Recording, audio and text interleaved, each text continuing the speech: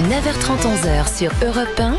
Culture Média. Thomas Hill. Et bien sûr, on démarre cette émission avec la session de rattrapage de Jean-Luc Lemoyne. Et Jean-Luc, nous recevons donc Michel Denisot. Ça doit vous faire quelque chose quand même, non ? Bah et comment ? Michel Denisot, une légende des médias qui a côtoyé les plus grands, un des seuls à pouvoir dire des choses comme ça. Ah, j'ai eu un petit problème avec le président Pompidou. Ouais. Quand tu peux te vanter d'avoir eu une embrouille avec Georges Pompidou, c'est fort, ouais. C'est que t'es là depuis un petit moment. Hein. Il n'y a que Michel Drucker qui fait mieux avec son clash avec Clémenceau. Michel on a failli connaître Napoléon. Michel a eu plusieurs vies, mais pour moi, évidemment, qui suis un supporter de toujours du PSG, c'est d'abord le président de Paris que je vois. Bien sûr. Oui. Mais je vous rassure, Michel, je ne vais pas vous embêter avec ça. Vous devez en avoir ras-le-bol. Non. Quand même. Non, en fait, on m'en parle plus que de la télévision quand on croise des gens. Ouais. C'est marrant. Parce que m'avait dit Bernard Tapie, vers la fin de sa vie, on se parlait de temps en temps, et il m'avait dit, tu peux avoir interviewé la Terre entière, on te parlera d'abord du PSG que de l'interview que tu as fait de Pierre-Paul Jacques, Ouais. et comme je me compare pas à lui, mais comme moi, on parle de l'OM avant tout ce que j'ai fait, quoi. Donc c'est vrai que le foot marque beaucoup parce que donne des émotions plus fortes que ce qu'on fait à la télé. Mais moi, comme je veux pas vous indisposer, je vais arrêter là. Michel Denisot, ce sont des émissions inoubliables, comme par exemple Mon Zénith à moi avec ce générique inoubliable. Qui sont joueurs à la régie, je m'y attendais pas du tout. Michel, vous êtes aussi le créateur et présentateur de La Grande Famille ou de Télé Dimanche sur Canal. Et on va écouter ce passage où, dans le brouhaha du studio, on vous entend clairement dans le fond. Ah, Michel, toujours la petite attention qui fait plaisir. Michel qui a commenté le premier match du championnat de France diffusé à la télé. Enfin, oui, c'était sur Canal+, en 1984. Je crois que c'était Nantes-Monaco. Oui. Et vous étiez avec le président de la Ligue, Jean Sadoul. Et c'est rare, pour une fois, c'était pas très clair ce que vous disiez. Je vous remercie beaucoup, Monsieur le Président, de nous avoir donné ce petit plus, car je crois qu'on n'avait jamais vu une match de championnat en direct en France, et ce n'est pas le premier. Ce ne sera pas le premier. Pardon Michel, mais vous pouvez vous reprendre, si c'est le premier, normalement c'est définitif. Ça peut plus changer. C'est ce que m'avait dit un jour Gad Elmaleh quand j'ai démarré le Grand Journal. Il était parrain de du premier numéro. Ouais. Donc on démarrait et il me dit je suis venu parce que j'ai regardé hier, c'était très bien. Voilà.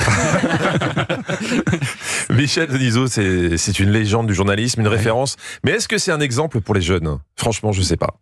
Pour Brut, vous racontiez comment vous avez présenté votre premier JT. Présenté sur c'était un bureau, quoi, de façon très classique, et j'avais mis un verre avec des martinis dans le tiroir, que entre les sujets je buvais un coup à chaque fois. C'est en voyant cette vidéo que Julien Pichenet a décidé de devenir journaliste. Je me suis dit, ça a l'air pas mal. Grâce à son métier, Michel a rencontré ou fréquenté des gens qu'on rêverait tous de croiser un jour. Robert De Niro, Prince, Michel Polnareff, Mike Tyson ou plus récemment Adi Badavi sur la chaîne Bismarck pour son grand entretien. Bonjour Adi Badavi. Bonjour. Rapide pare-brise, c'est comme son nom l'indique. C'est ça, absolument. C'est un des leaders aujourd'hui du marché du vitrage automobile. Oui. Personne ne le sait, mais la vraie passion de Michel Denisot, c'est pas le foot, c'est les pare-brises. Hein. Retrouvez d'ailleurs bientôt en librairie son nouveau livre, Les essuie-glaces, mon jardin secret. Michel, c'est aussi un style d'interview, jamais de fioritures, des questions ciselées qui vont à l'essentiel. Là, par exemple, vous étiez face à Josiane Balasco. Est-ce que le dicton femme à lunettes, femme à quéquette est vrai ? Ah oui. Oui, c'était une autre époque. C'est ciselé. Hein, ouais. Michel, est-ce que vous poseriez cette question aujourd'hui à Sandrine Rousseau ? Et si oui, où souhaitez-vous être inhumé ? C'est une bonne question, la deuxième, mais la première, pourquoi pas, ouais. Pourquoi pas. Ça dépend du ton de l'entretien avant, quoi. Faut pas que ça arrive comme ça. Non, c'est ça, il faut que ça soit amené. Faut vraiment créer un climat. Car Michel a tout osé au nom de l'information du public, quitte à poser parfois des questions que personne ne se posait. Là, il était avec la comédienne Alice Sapritch. Alice Sapritch, peut-on parler de votre vie sexuelle ? Ah, il me faut beaucoup de temps. Pour y réfléchir ou pour en parler ? Ah mais non, c'est pas le dernier pour les punchlines, Michel. Hein. Vous avez bien sûr été à la tête du mythique Grand Journal où vous receviez quotidiennement les plus grands artistes. Et vous avez avoué chez Eric Dussard que la dernière année, pour éviter de voir tous les films des invités, vous aviez une feinte. Vous aviez une projection privée et je vous laisse raconter la suite. Et je m'en allais à la moitié. Et je commençais l'interview des acteurs et des actrices, les yeux dans les yeux, en détaillant extrêmement la moitié du film. Et je disais, on raconte la suite. Il me disait non, jamais. C'est beau. C'est très bien de voir que la moitié des films. Et du coup, Michel est quand même le seul à croire que Titanic se termine bien.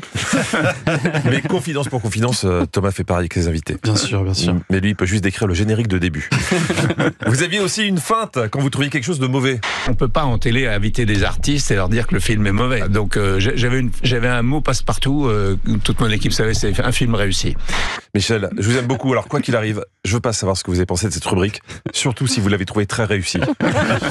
C'était très réussi, non? Elle est inqualifiable. C'est pas mal ça aussi.